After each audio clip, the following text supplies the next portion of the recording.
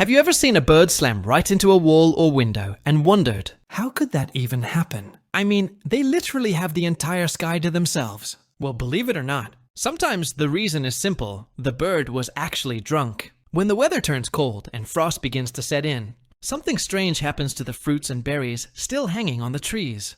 They start to ferment naturally, turning their sugar into alcohol, the same stuff found in beer and wine. And that's when the party begins. Many bird species just can't resist these boozy berries. They start eating them non-stop, and before long, they're wobbling, losing balance.